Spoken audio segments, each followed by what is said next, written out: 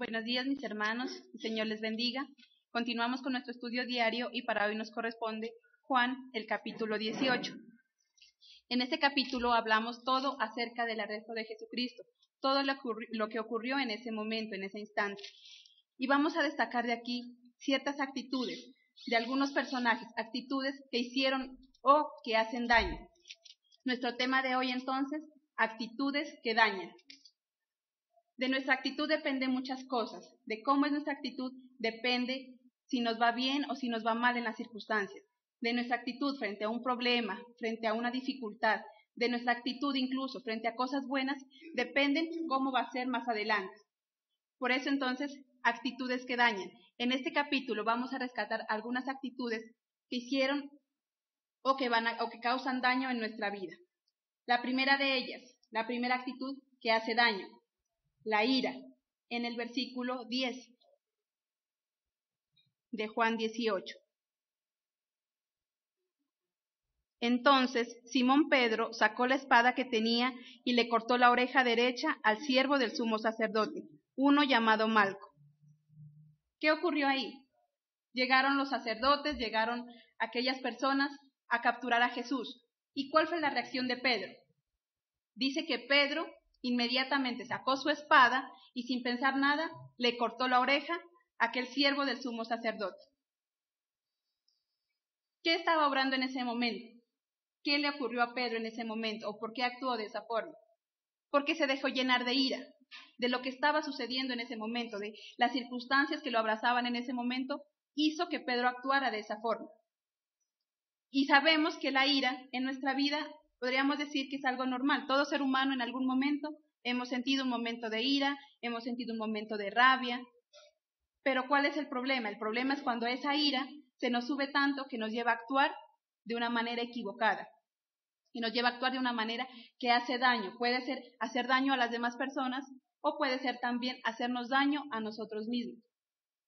La ira es un desorden neuronal, hormonal y además llevado por las diferentes circunstancias que no permiten controlar esos impulsos, que no permiten hacer las cosas de la forma correcta. Aquí lo vemos en el caso de Pedro. Siendo un siervo de Dios, estando tan cerca de Jesús, ¿cuál fue su reacción? Sacar la espada y actuar. Si hubiésemos sido cualquiera de nosotros o cualquier siervo de Dios, ¿qué diríamos nosotros? Ay, no, miren, y eso que es cristiano. Esa es la frase que el mundo acomoda. Ay, mírenlo cómo actúa. Y eso que es cristiano. Pues el hecho de que seamos cristianos o que seamos siervos de Dios no nos exonera de tener sentimientos que a veces pueden sobrepasar los límites. No nos exonera. Pero entonces Dios nos manda también a podernos controlar. Dios nos manda a que esa ira no se nos suba tanto que causemos daño.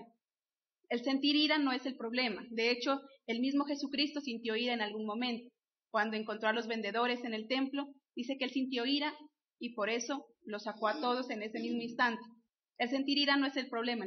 El problema es cuando la ira sobrepasa esos límites, cuando la ira no nos permite pensar de manera clara y terminamos haciendo cosas incorrectas.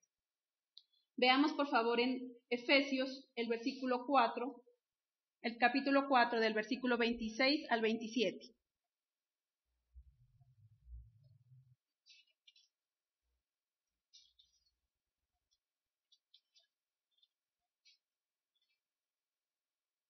No permitan que la ira los haga cometer pecados, que la noche los sorprenda enojados.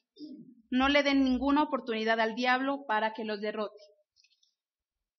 La palabra de Dios aquí nos dice que de alguna forma la ira es permitida y por eso él dice, no permitan que la ira les haga cometer pecados. En otra versión dice, airaos, pero no pequéis. ¿En qué momento se convierte en pecado? Cuando ya esa ira sobrepasa esos límites, cuando ya nadie nos puede quitar la ira, ya dura todo el día o toda la noche, y cuando además de eso actuamos y causamos daño a las demás personas. ¿Cuántas veces tal vez un padre enojado, un padre con ira, por reprender a su hijo, toma lo primero que encuentra, un cable, algún palo, alguna cosa, y en vez de reprender a su hijo y corregirlo como es el principio, lo que hace es maltratarlo. Termina desfogando su ira con ese niño, con ese Y lo que causa después de eso entonces dolor, rebeldía, amargura en ese niño, heridas que tal vez son muy difíciles después de sanar. Eso es lo que Dios nos recalca. Tal vez es normal sentir ira en algún momento, sentirnos enojados. El problema es que cuando actuamos con ira, causamos daño a los demás. ¿Cuántas personas tal vez hoy están en una cárcel porque en un momento de ira simplemente actuaron, no estuvieron pensando en eso, simplemente levantaron su mano en contra de alguien más causando daño y ahora les toca estar privados de su libertad? Porque la ira en ese momento fue que se dejaron dominar por la ira. Dios es muy claro y nos dice, airaos, pero no pequéis. Está bien en sentir enojo, está bien en tal vez sentir rabia por algún momento, siempre y cuando esa ira, ese enojo, no nos desvirtúen de las conductas normales, siempre y cuando esa ira y ese enojo no nos permitan o no nos hagan hacerle daño a otra persona. Por eso a nivel psicológico recomiendan mucho, dice, respire profundo, cuente hasta 10, y es verdad, porque mientras usted está respirando, mientras está contando hasta 10, le da la oportunidad a su cerebro de nuevamente encapsularse en la realidad, en cómo tiene que ser ese actuar. Por eso entonces la recomendación, si estamos enojados, en ese momento es mejor no hablar, porque vamos a decir sandeces, porque vamos a decir cosas equivocadas, y tampoco actuar, porque vamos a terminar haciéndole daño a las demás personas. Incluso algo que leía en esta semana, dice que la ira es debido también a neurotransmisores y neuronas en el cerebro que están muy conectados a nuestro sistema intestinal, a nuestro sistema gastrointestinal. Y es por eso que cuando tenemos ira o enojo, lo primero entonces en sufrir las consecuencias es nuestro propio organismo. Nos duele el estómago, se nos alborota la gastritis. ¿Y por qué? Porque entonces esa ira no controla ese sentimiento de normalidad de nuestro estómago. Entonces cuando sentimos ira, como en el caso de Pedro, que causó daño a una persona, entonces no solamente le causamos daño a los demás, sino que automáticamente nos estamos causando daño a nosotros mismos. Como dice Magda, entonces Dios admite que la ira es un sentimiento normal en cada uno de nosotros los seres humanos. Lo que nosotros debemos tener en cuenta es no tomar decisiones importantes, sobre todo cuando estamos airados. Es más, no debemos tomar decisiones importantes ni siquiera cuando estamos desbordándonos en felicidad, porque también es una emoción. Y por lo tanto, cuando nosotros estamos supremamente felices, gozosos, puede ser que tomemos decisiones equivocadas. ¿Cuántas veces las señoritas, los jóvenes, simplemente toman la decisión de casarse, pero llevados por qué sentimiento? ¿Por el amor? No, por la emoción.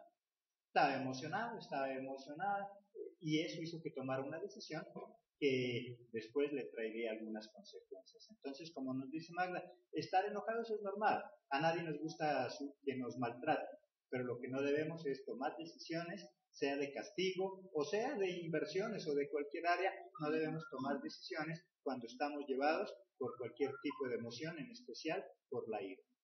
Amén. Entonces, Dios nos recuerda que en toda situación Él es el que tiene el control, Él es el que nos puede ayudar. Veámoslo en el versículo 11 de Juan 18. Jesús le dijo a Pedro, coloca la espada en su lugar. ¿Acaso no debo beber de la copa que el Padre me dio? ¿Qué está diciendo Jesucristo ahí? Le está diciendo a Pedro, guarda tu espada, porque el control de esta situación lo tiene Dios. Esto tiene que suceder. Y él dice, ¿acaso no debo beber yo de la copa? Él está aceptando, Jesucristo está aceptando. ¿Acaso no debo dejar de sufrir esto que está pasando? Porque esto conviene, porque esto es lo que Dios lo ha mandado.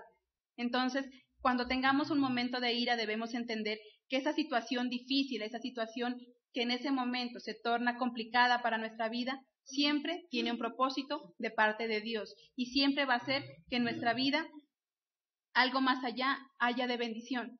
La palabra de Dios dice que para los hijos de Dios todas las cosas son para bien.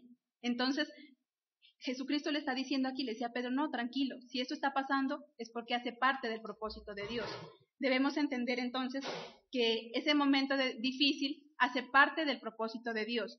Que cuando entonces queramos desatar tal vez un estado de ira o de enojo, respiremos, analicemos las cosas y nos demos cuenta que esa situación está en las manos de Dios. Que si lo dejamos en manos de Él, podrá haber esa bendición, podrá haber ese resultado que nosotros estamos esperando. Por eso la ira, entonces, aunque es una conducta normal, nosotros no podemos permitir que nos desborde de las situaciones, que nos desborde o nos desenfoque de las cosas que debemos hacer. La segunda actitud que daña, el miedo. Vamos a ver el versículo 17, el 25 y el 27.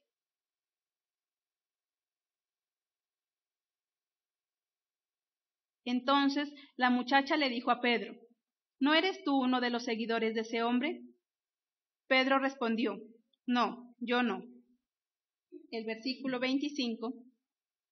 Simón Pedro estaba de pie calentándose y le preguntaron: ¿no eres tú uno de los seguidores de ese hombre? Pero él lo negó diciendo: no, yo no soy. Y el 27. Entonces Pedro lo negó otra vez, y en ese momento cantó el gallo. ¿Qué sucede ahí? Pedro, ese gran amigo de Jesucristo, ese gran siervo de Dios, ahora entonces, cuando le preguntan: tú eres de ellos, tú eres amigo de Jesucristo, lo niega no solo una, sino 2 y 3 veces. Y muchos de nosotros, cuando leemos esa historia, tal vez nos apresuramos a juzgar a Pedro. Y decimos: ay, no, miren Pedro, cómo fue capaz de negar a Jesús, cómo fue capaz de hacerlo. Y tal vez creo que todos lo hemos pensado en algún momento. Si fuera yo sí no lo negaría. Pero nos damos cuenta de que ese actuar de Pedro también era debido a esas circunstancias. En ese momento entró el miedo en su vida. Y es normal reconocer que mientras estaban arrestando a Jesús, que mientras se lo llevaban preso, que tal vez lo abofeteaban, que tal vez lo maltrataban, Pedro pudiese sentir también que su vida en ese momento estaba en peligro. Que si él aceptaba que conocía a Jesús, tal vez le iba a suceder lo mismo que a Jesús. Y Pedro no lo quería hacer. ¿Cuántas veces el miedo nos permite a nosotros entonces pensar o imaginarnos las cosas que van a suceder? Y por eso no actuamos. Sabemos que algo tenemos que hacer, pero por miedo no somos capaces de aceptarlo o no somos capaces de decirlo. Decimos: no, ¿cómo Pedro lo va a negar? Pero tal vez nosotros, ¿cuántas veces no hemos negado algo? ¿Cuántas veces tal vez nosotros se presenta alguna situación, alguna circunstancia, y tal vez no lo negamos directamente, de decir: no, yo no soy, pero sí lo disimulamos buscando excusas, buscando pretextos, buscando alguna forma de suavizar esa situación? Entonces no podemos decir: no, es que eso fue Pedro el que negó a Jesús. No, porque nosotros muchas veces, aunque no hemos negado tal vez a Jesús con nuestras palabras, tal vez sí lo hemos hecho con nuestros actos. Cuando nos negamos a hablar de su palabra, cuando nos negamos a compartir, cuando nos negamos a ayudar a alguien que lo necesita, estamos siendo peores que Pedro. Pedro en ese momento actuó por la circunstancia, por el miedo que le producía esa situación que estaba viviendo. Pero nosotros muchas veces hemos actuado simplemente porque sí, porque no queremos nosotros sufrir ningún tipo de consecuencia, porque no queremos nosotros sufrir nada que nos pueda hacer daño. Entonces nos dice que es normal tener miedo, pero el miedo no nos puede paralizar, el miedo no nos puede impedir avanzar. Esa es una actitud que daña, el miedo exagerado. ¿Por qué? Porque ya no nos deja avanzar, no nos permite continuar con el proceso de nuestra vida. Muchas veces cuando tenemos miedo simplemente nos quedamos quietos, paralizados y no actuamos en el momento que tenemos que hacer. Entonces Dios nos muestra ahí que Dios no está en desacuerdo en que nosotros hagamos manifestación de nuestros sentimientos. Somos seres humanos, somos basados en emociones, por lo tanto, tanto la ira como el miedo son normales. Es normal que nosotros tengamos miedo, como nos dice Magla. Lo que no es normal es que nosotros nos dejemos dominar por ese miedo. ¿Cuántas oportunidades importantes hemos desaprovechado por miedo? Miedo a experimentar algo nuevo, miedo al que dirán, miedo al rechazo. ¿Cuántas personas terminamos haciendo cosas que no son agradables simplemente por encajar en un grupo social? Porque como si nosotros no hacemos eso, entonces nos desprecian, si no hacemos eso nos hacen a un lado, y por el miedo a ese rechazo terminamos haciendo lo que otros quieren que nosotros hagamos. Así que es normal tener miedo, pero no nos dejemos dominar por ese miedo, porque nos va a paralizar. Amén. Veamos por favor en 2 de Timoteo, capítulo 1, versículo 7.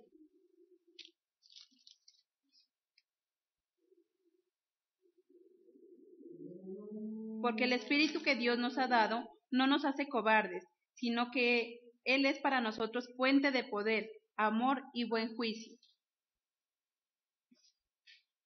Aunque el miedo es algo normal, aunque decimos es una situación normal a nivel humana, nos dice la palabra de Dios que Dios no nos ha hecho cobardes, sino que todo lo contrario, nos ha dado su espíritu con poder, con autoridad y buen juicio, con dominio propio, dicen otras versiones. ¿Y qué significa ese dominio propio? Significa que somos nosotros los que debemos dominar esa situación, somos nosotros los que debemos dominar ese sentimiento. El miedo no nos puede dominar a nosotros, si nosotros no lo permitimos. Nosotros somos los que debemos dominar ese miedo, nosotros somos los que debemos dominar esa situación. Pero el problema, ¿cuál es? El problema es que permitimos que sean las situaciones las que nos dominen a nosotros, que sea el miedo el que nos domine. Y lo que decía nuestro pastor. Y por eso entonces, ¿cuántas oportunidades tal vez hemos desaprovechado por miedo? Por no arriesgarnos a hacer algo. Y no solamente oportunidades, ¿cuántas cosas nosotros tal vez hemos perdido con nuestros familiares por miedo, por vergüenza, tal vez a expresarle a nuestros hijos, a nuestro esposo, nuestros sentimientos de amor, de cariño? Tal vez no me acerco a él porque quién sabe qué dirá. Y nos negamos entonces a tener una vida de felicidad, una vida de bendición por miedo a expresar lo que estamos sintiendo en ese momento, pensando en qué dirán los demás, por miedo tal vez a que nos juzguen, por miedo a que alguien nos señale. Pero entonces nos dice la palabra de Dios, ese miedo, pero no debemos dejarnos dominar por él. Todo lo contrario, somos nosotros los llamados a dominar ese miedo y a dominar esa situación. Y además algo muy importante, que ese miedo no nos puede hacer nada o esas situaciones porque contamos con el respaldo de nuestro Dios, que es lo más importante. Veamos por favor en Juan capítulo 14, el versículo 27.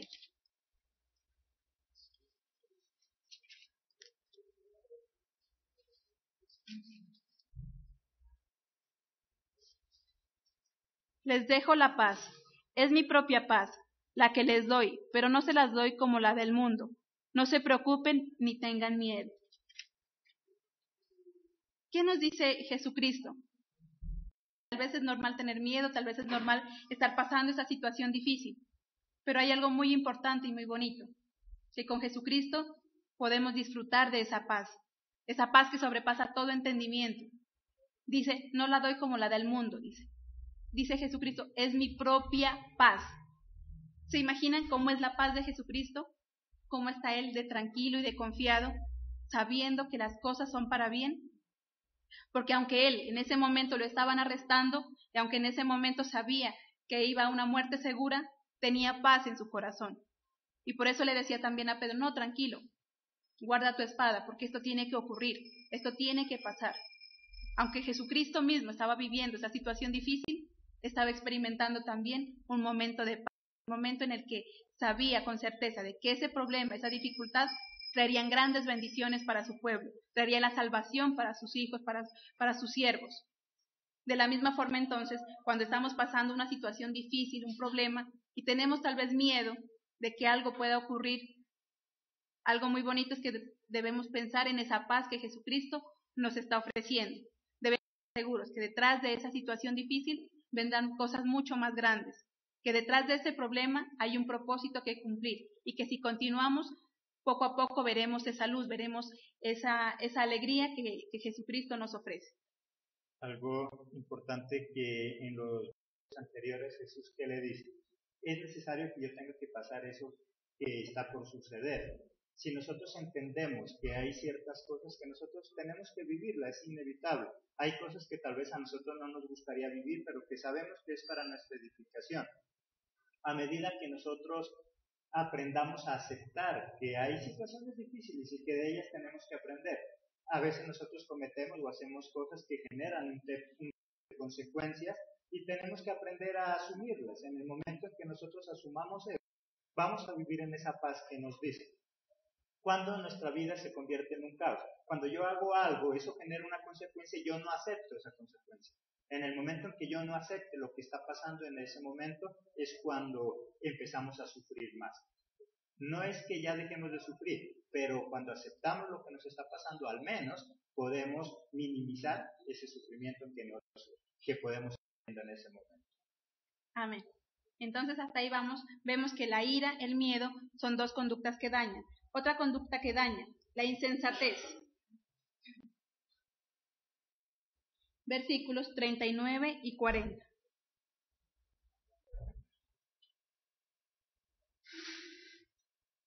Pero ustedes tienen la costumbre de que yo les ponga en libertad a alguien durante la Pascua. ¿Quieren que les ponga en libertad al rey de los judíos? Gritaron de nuevo. A él no, a Barrabás. Y Barrabás era un bandido. Vemos ahí ya entonces cuando Poncio Pilato les da a parecer y les dice, normalmente en la Pascua se suelta a uno de los presos. Y él les sugiere, él está sugiriendo, ¿suelto a Jesús, al rey de los judíos? ¿Y qué dicen ellos? No, suéltanos a Barrabás. Aún sabiendo que sí era un bandido, aún sabiendo que él sí no era una persona de pronto muy agradable ante la sociedad. Pero entonces, ¿qué nos dice esa actitud de la insensatez? Cuando nos preferimos tomar una decisión equivocada, sabiendo cuáles son las diferencias, conociendo perfectamente que tal vez lo uno es bueno y que lo otro es malo, aún así, por decisión propia, preferimos hacerlo malo. Teniendo tal vez muchas oportunidades, teniendo tal vez la oportunidad de hacer cosas nuevas o cosas que nos beneficien, no. Sencilla por nuestro capricho, por nuestra rebeldía o por cualquiera de las circunstancias, preferimos tomar la decisión equivocada. Y no por ignorancia, sino simplemente por no llevarla contra, querer pretender que yo tengo la razón, por quererme hacer tal vez una persona que sabe mucho, y entonces terminamos tomando decisiones equivocadas. ¿Y por qué nos dice insensatez o necedad? Porque es una persona que conoce tanto lo bueno como lo malo. Este pueblo conocía a Jesús, sabía quién era Jesús. Muchas veces se sentaron con él a escuchar sus enseñanzas, muchas veces se sentaron con él a escuchar su palabra. Y también conocían a Barrabás, sabían que era un bandido.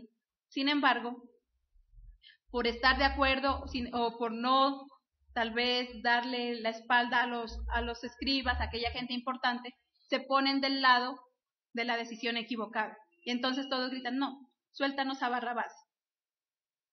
¿Cuántas veces tal vez nosotros, conociendo la verdad o conociendo la respuesta correcta, preferimos tomar la respuesta incorrecta por no desaprovechar la oportunidad de quedar bien ante las demás personas, por no llevarle la contraria a nadie, o todo lo contrario, para que vean que nosotros sí hacemos algo, para que vean que nosotros sí estamos tomando decisiones, aunque sean incorrectas, pero que nos vean, porque muchas veces nuestra actitud es esa, es simplemente figurar, es simplemente que las demás personas nos vean como seres tal vez superiores, y eso nos lleva entonces a ser insensatos, a ser necios, porque normalmente la respuesta correcta, la respuesta que para esa situación se requiere, no es la más acertada, o no es la más que las demás personas quieran aceptarla.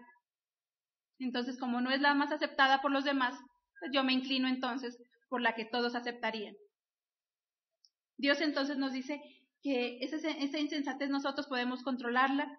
¿Cuándo? Cuando nosotros entendemos ese propósito, cuando nosotros conocemos qué es lo que queremos hacer y no nos importa entonces que los demás estén en contra o estén a favor, sino que yo voy a ser capaz de tomar mis propias decisiones, decisiones que sean acertadas, decisiones que sean correctas. Veamos también ahí en el versículo 14.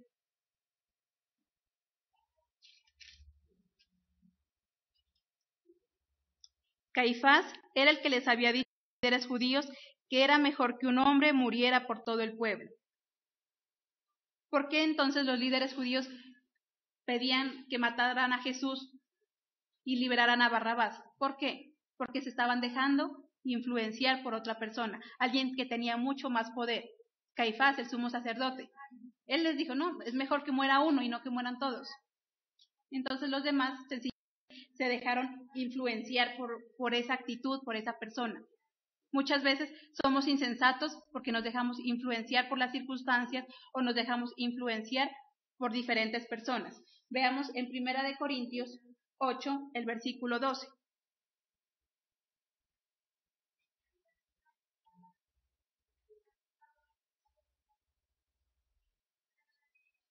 Si tú eres la causa de que tu hermano, debido a la debilidad de su fe, haga algo que él considere malo, entonces estás pecando contra tu hermano. Pecar contra tu hermano es como pecar contra Cristo. Nos hace la aclaración o nos podríamos preguntar, ¿somos influencia para los demás para que tal vez hagan algo bueno o para que hagan algo malo? ¿Cómo estamos influenciando a los demás? ¿Sí están haciendo ellos algo bueno debido a mi actitud o todo lo contrario? Soy piedra de tropiezo para que ellos también hagan algo malo. ¿Y qué dice? Que si nosotros influenciamos a los demás a hacer algo malo, estamos cometiendo pecado, no solo contra ese hermano, sino directamente contra Dios. O al contrario, podríamos preguntarnos, ¿cómo nos influencian los demás a nosotros? ¿Cómo nos dejamos influenciar? Debemos tomar lo bueno y desechar lo malo. El problema es que como seres humanos somos más encaminados a hacer lo malo. Los niños, normalmente, a los niños pequeños hay que enseñar a hacer el bien, porque el mal ellos automáticamente lo descubren. Hay que enseñarles a hacer una maldad. Ellos solitos lo hacen, pero en cambio sí hay que enseñarles a hacer lo bueno, decirles esto es correcto, hay que actuar de esta forma, esto le agrada a Dios. Lo malo llega solo, pero lo bueno sí hay que enseñarlo. Y lo mismo decimos aquí entonces. ¿Cómo estamos influenciando? Tal vez no le estamos diciendo a alguien, haga lo malo, pero con mi actitud se lo estoy enseñando y esa persona lo está imitando. Pero en cambio sí tenemos que decir o enseñar, haga lo correcto, mire, sirva a Dios, obedezca, sea una buena persona. Y si yo lo soy, entonces también podré ser ese buen ejemplo, esa buena influencia para esa persona. Es una persona insensata, es aquella que no es capaz de medir las consecuencias de sus actos. Y en cosas sencillas, ¿cuántas veces nosotros sabemos que tenemos que estar temprano en algún lugar? Estamos acostados y ¿qué decimos? Minuticos más, un minutico más. Y ese minutico más, ese 5 minuticos más, ¿en qué termina? En que ni siquiera lleguemos a ese lugar donde teníamos que ir. ¿Cuántas veces nosotros hemos llegado tarde o ni siquiera llegamos a ese lugar donde teníamos que llegar?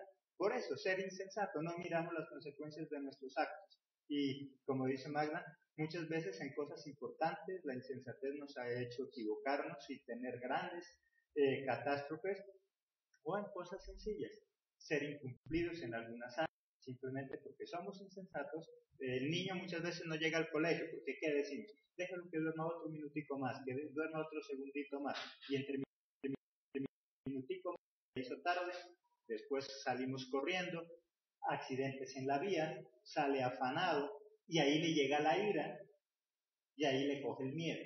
Entonces mire que una cosa lleva a la otra. Por ser insensato, como se le hace tarde, entonces se llena de ira. ¿Y qué hace? Se le va por encima de toda persona que pasa. Y llevado por el miedo, que va a llegar tarde. Cada una de esas generan consecuencias con la otra. Amén. La última actitud que daña, la hipocresía.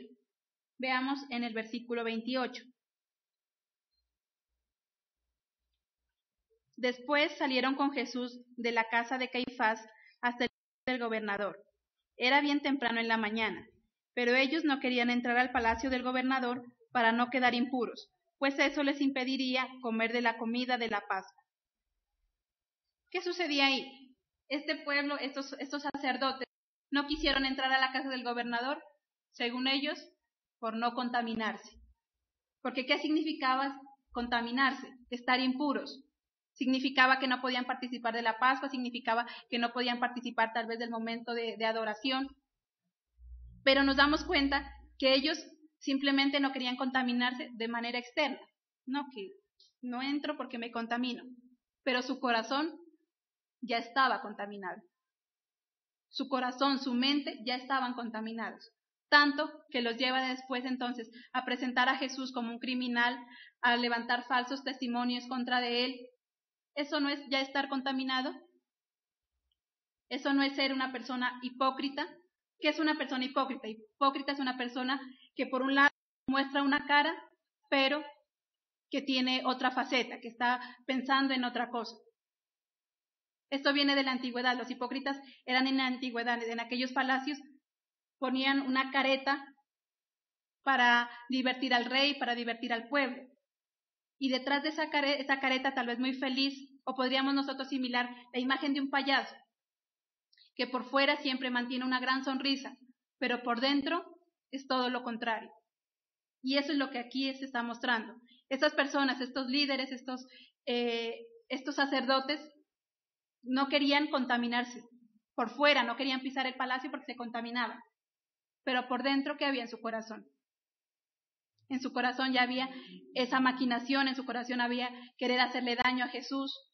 En su corazón había que, como sea, tenían que deshacerse de Jesús, porque para ellos significaba un problema. Nos damos cuenta que su corazón estaba ya más contaminado que su parte exterior. Dios nos hace ese llamado, nos dice, no dejemos llevarnos por esa hipocresía. Dios quiere que seamos lo mismo, tanto por dentro y por fuera, que podamos exteriorizar lo que somos por dentro, que podamos proyectar eso que Dios nos ha dado, y que no seamos solamente una fachada, una apariencia, porque ese era el problema de estos sacerdotes, simplemente eran apariencia. No, yo no entro porque me contamino, cuando por dentro su corazón ya estaba hasta podrido, tal vez. En nuestra vida igual, podríamos preguntarnos, ¿qué tal está nuestro corazón? ¿Qué tal está nuestra vida? No solamente por fuera, no solamente lo que pueden ver los demás. Tal vez los demás lo pueden ver, tal vez a los demás los podemos engañar. Pero hay algo muy cierto, y es que yo misma no me puedo engañar. No puedo engañarme a mí misma. Aunque los demás tal vez me vean de una forma y yo sea otra diferente, la realidad es que soy quien soy y yo lo sé. Y no solamente eso, sino que Dios también lo sabe. Dios también conoce mi corazón, Dios también conoce mi mente. Y tal vez pueda que sea una persona fuera, sea una gran persona, tal vez una gran trabajadora, una gran madre, pero Dios es el único y nosotros mismos que sabemos quiénes somos en realidad. Entonces a los demás los podemos engañar, pero a Dios y a nosotros mismos no. Y tarde o temprano entonces, eso que estamos por dentro, tarde o temprano lo vamos a sacar, porque lo oculto siempre sale a la luz. Tal vez nos esmeremos por disimularlo, nos esmeremos por parecer algo mejor, pero tarde o temprano eso va a salir. Entonces, Dios quiere que saquemos eso que tenemos en nuestro corazón, eso oculto, eso negativo, que no seamos personas hipócritas, que tal vez por un momento sí, mientras estamos en la iglesia, sí levantamos nuestras manos como grandes adoradores, pero cuando estamos fuera, hasta da vergüenza tal vez de lo que nosotros mismos somos. Entonces Dios nos hace esa pregunta, ¿cómo estamos? ¿Cómo estamos nuestro corazón? ¿Realmente somos así siervos de Dios tanto por dentro y por fuera o simplemente somos una gran fachada? Entonces mire que algo importante que pasa con la negación de Pedro es que aunque Pedro lo estaba negando a Jesús le molestó en algún momento el hecho de que lo esté negando, de que lo vaya a negar. Recordemos que Jesús ya lo sabía desde mucho tiempo atrás. Y después de que lo niega, ¿qué le encomienda? Todo su rebaño. ¿Qué le pregunta en la ocasión? Pedro, si tú me amas, ¿qué le dice? Apacienta mis ovejas. Y era el que lo había negado, porque a Jesús no le importaba tanto lo que él hizo, sino lo que había en su corazón. A Jesús le importaba es que en realidad Pedro lo amara. Por eso que le pregunta a él, ¿tú me amas? Si tú me amas, yo puedo pasar eso por alto que hiciste. Si tú me amas, yo puedo perdonarte eso, esa equivocación tuya, el negarme, el que hayas tenido ira, el que hayas tenido miedo, el que hayas actuado con insensatez. Si tú me amas, yo puedo pasar eso por delante. Porque a Dios, como dice Magda, lo que más le interesa es lo que hay en nuestro corazón. Hay personas que se las dan de muy santas y esperan el error de alguien para sacar su maldad. Y eso es lo que a Dios le molesta. Hay personas que en la iglesia nos podemos haber equivocado y hemos hecho cosas malas, pero por equivocación. En cambio hay otros que se las dan de santos, que esperan vernos equivocarnos para ellos tener un pretexto para sacar la maldad que hay en su corazón. Por eso a Jesús le interesa ver más el corazón de Pedro que lo que Pedro podría hacer, llevado por los miedos y por los temores. Amén. Ahora entonces vamos a ver cómo contrarrestar esas actitudes que dañan. Cómo hacer que esas actitudes no nos causen daño, sino que todo lo contrario, podamos actuar de una forma correcta. La primera de ellas, la autoridad. En el versículo del 4 al 6. Entonces Jesús, como ya sabía lo que iba a suceder, salió y les dijo: ¿A quién buscan? Ellos le respondieron: a Jesús de Nazaret. Él les dijo: Yo soy. El traidor Judas estaba con ellos. Cuando les dijo: Yo soy, se echaron para atrás y se cayeron. Mire cómo Jesucristo entonces habla con autoridad. Y hablábamos algo hace algunos días y decíamos, ¿qué es autoridad? Autoridad significa tener conocimiento, saber de esa situación, tener la capacidad para sobrellevar esa situación de la forma correcta, con conocimiento, con experiencia. Y Jesucristo era ese símbolo de autoridad en ese momento. A él era el que iban a arrestar. Pero ¿cómo era la actitud de Jesús? Con autoridad. Y cuando lo van a buscar, él dice: Yo soy Jesús. Con tanta autoridad dice que los que iban hasta se cayeron, hasta se echaron para atrás. ¿Por qué? Porque la autoridad de Jesús era innegable. El conocimiento que él tenía, su experiencia con el Padre, esa cercanía, le permitía a él tener esa autoridad. Y le permitía que entonces esa circunstancia que para otros los llevaron a tener miedo, a tener ira, a actuar con insensatez, a él lo llevó a actuar con sabiduría. A él lo llevaron a actuar de una manera correcta. Veamos en el versículo 33 al 37. Entonces Pilato regresó al palacio, llamó a Jesús y le dijo: ¿Eres tú el rey de los judíos? Jesús contestó: ¿Estás diciendo esto por ti mismo o ya te han hablado de mí? Pilato respondió: ¿Tú crees que soy judío? Tu gente y los jefes de los sacerdotes fueron los que te trajeron a mí. ¿Qué hiciste? Jesús le respondió: Mi reino no pertenece a este mundo. Si así fuera, mis siervos pelearían para que no estuviera en manos de los... Pero de hecho, mi reino no es de acá.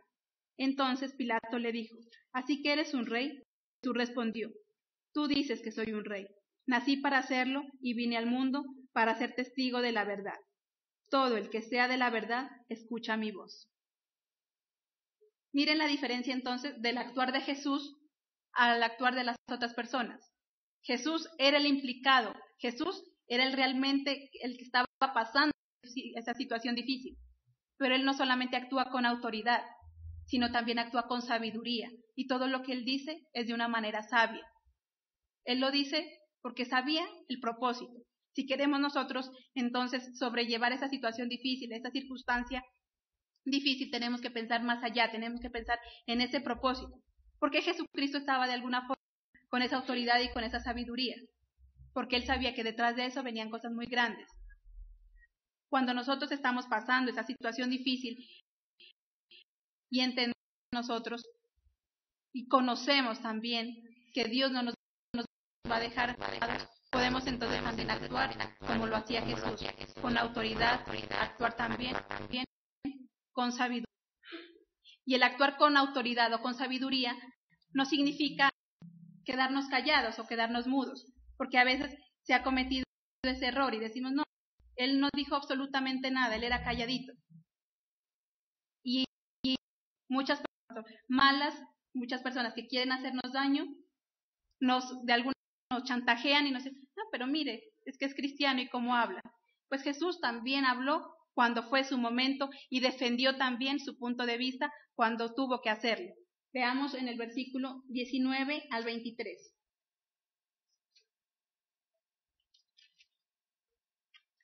Entonces el sumo sacerdote le preguntó a Jesús acerca de sus seguidores y sus enseñanzas.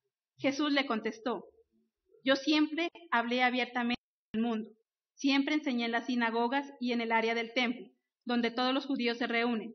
Nunca dije nada en secreto. ¿Por qué me haces estas preguntas? Pregúntales a los que me han oído. Seguro que ellos saben lo que les digo. Cuando dijo esto, uno de los guardias del templo, que estaba parado, Jesús le dio una bofetada y le dijo: ¿cómo te atreves a responderle así al sumo sacerdote? Jesús le contestó, si dije algo malo, diles a todos que fue lo malo que dije. Pero si lo que dije es cierto, ¿por qué me pegas? Mire que Jesucristo ahí también estaba defendiendo su punto de vista, de una forma apropiada, sin Le preguntaron algo, él contestó lo que sucedía, él contestó la verdad. Sin embargo, a este guardia no le gustó, dice, y le dio una bofetada. Pero Jesús, en ese momento, él no se queda callado, él dice, ¿por qué me pegas? Si dije algo malo, pues dilo, ¿qué es lo malo que dije? Pero si dije algo bueno, ¿por qué me estás pegando entonces? Muchas veces esta faceta de Jesús nosotros no la conocemos. Nosotros pensamos que Jesús era calladito y que le pegaron y que lo maltrataron y de una manera calladita, pero aquí vemos también un Jesús que en su debido momento habló y expuso su opinión. ¿Por qué? Porque tenía razón. Habló y expuso la verdad. Y a veces el enemigo nos quiere engañar de tal forma que nos mandes a quedarnos callados. Y vemos tal vez injusticias o vemos tal vez cosas que están pasando en nuestra vida o con alguien y nosotros lo que hacemos es quedarnos callados porque pensamos que esa es la mejor solución. Pero aquí Jesús nos muestra que si tenemos argumentos, que si conocemos esa verdad y de forma respetuosa y apropiada, podemos también defender nuestro punto de vista. Eso era lo que él hacía. Él estaba defendiendo ese punto de vista y por eso, si dije algo malo, pues bueno, di que fue lo malo que hice. Pero si dije algo bueno, ¿por qué me pegas? Entonces, me imagino y me pongo en el momento de ese guardia, tal vez ahí como que en algún momento se frenó en lo que estaba haciendo. ¿Por qué? Porque Jesucristo le estaba dando argumentos, Jesucristo le estaba dando la verdad de las cosas.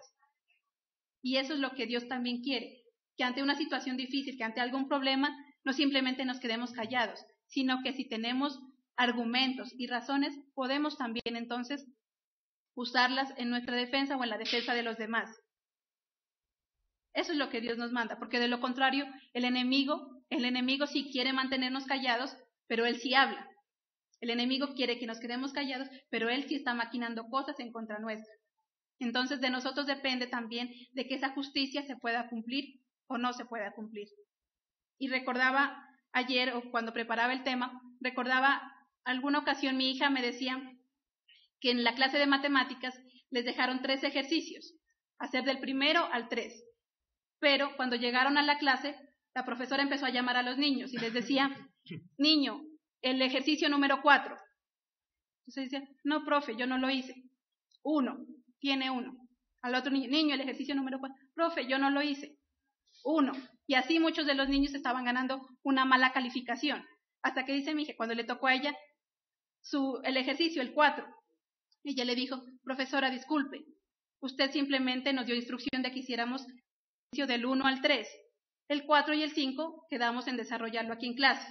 Cuando ella le contestó así, la profesora recordó qué era lo que les había dicho y dijo, cierto, tienen razón, yo solamente les dije hasta el 3. Pero entonces se enojó con los demás niños y dice, ¿por qué se quedan callados? ¿Por qué no hablan? ¿Por qué no dicen que se estaba cometiendo una injusticia? Entonces les había dicho, ahora les voy a dejar esa calificación mala por no hablar. Entonces todos los niños, no, profe, en ese momento si ya hablan, y ella les decía, cuando sepan que alguien está equivocado y ustedes tengan argumentos para decirlo, díganlo, porque ese es el momento de hablar. Por ahí dicen que hable ahora o calle para siempre, ¿cierto? A veces hay momentos en los que tenemos que expresar cuando tenemos argumentos, cuando podemos demostrar que eso que estamos diciendo es lo correcto. Entonces mire que todo eso, igual como dijimos, se relaciona. Cuando nosotros nos dejamos dominar por el miedo, podemos saber que se está cometiendo alguna injusticia, pero no somos capaces de hablar, no somos capaces de argumentar. Allá hay un adagio popular que dice que cuando ya se acaban los argumentos, comienzan ya las discusiones y los pleitos. Si nosotros queremos evitar pleitos, si queremos evitar discusiones en nuestra casa, en nuestro hogar, debemos acostumbrarnos a tener argumentos para poder justificar nuestra defensa y lo que estamos haciendo. Pero muchas veces nosotros, llevados por el miedo, por la terquedad, en lugar de dar un buen argumento para justificar aquello que yo estoy haciendo, lo que hacemos es gritar. ¿Y cuántas veces nosotros gritamos? Pero no porque estamos fuertes, sino porque estamos llenos de miedo. Y esa es la única forma que nosotros encontramos para colocar un escudo y de esa manera, según nosotros, protegernos. Amén. Entonces, recordamos que esas actitudes no solamente nos hacen daño a nosotros mismos, sino también a los demás. La ira, el miedo, la insensatez, la hipocresía dañan nuestra vida y la de los demás y ponen en un peor momento esa situación difícil que estamos pasando. Debemos dejar es que la paz de Dios, la paz de Jesucristo esté con cada uno de nosotros. Entendamos que esa situación que estamos pasando siempre es con un propósito, que Jesucristo y Dios están ahí y que nunca nos van a dejar abandonados. Cuando entendemos eso, entonces podemos respirar, podemos pensar en esos argumentos que vamos a hablar, podemos defendernos si es necesario, pero lo mejor y lo más importante es saber que Dios es el que nos defiende, saber que es Él el que pelea estas batallas por nosotros, que no importa cuán difícil sea esa circunstancia, que no importa cuán difícil sea esa situación, Dios, Él es el que va a darnos la victoria, Dios es el que va a sacar la cara por nosotros y nos va a exaltar, aunque muchos pretendan humillarnos. Amén.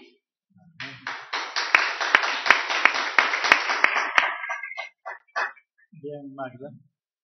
El tema que trata hoy entonces, actitudes que dañan, porque en realidad más que nosotros decimos y más que lo que hacemos, ¿qué es lo que daña? La actitud. La actitud de una persona abre puertas o cierra puertas. Nosotros nos enamoramos muchas veces de las personas más por su actitud que por lo que en realidad es. Y es tan difícil el manejo de la actitud que muchas veces nosotros terminamos enamorándonos de personas equivocadas, simplemente porque su actitud es buena, porque su forma de actuar es maravillosa, pero cuando ya nos casamos, oh sorpresa, ¿cuál es la realidad?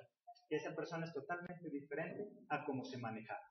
Nuestra actitud, como decía Magda, debe ser algo real, no porque nos vamos a confundir y vamos a confundir. Hay gente que es muy experta en manejar su forma de actuar. Tiene tanta maldad en su corazón que parece un ángel todavía. Satanás sabe manejar muy bien la actitud. Él dice que se presenta ¿en qué forma? En forma de ángel de luz. Estamos hablando de una actitud. Su actitud es tan buena que lo confundimos con un ángel. Entonces, de ahí que Jesucristo llama a que tenemos que ver un poco más allá de esa actitud, los frutos. Miremos los frutos en esa persona, porque los frutos no se pueden ocultar tanto como la actitud.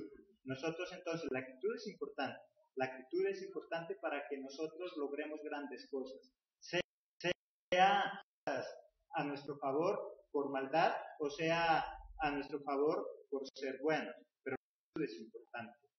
Hay muchas personas que por su actitud ganan cosas importantes siendo malos.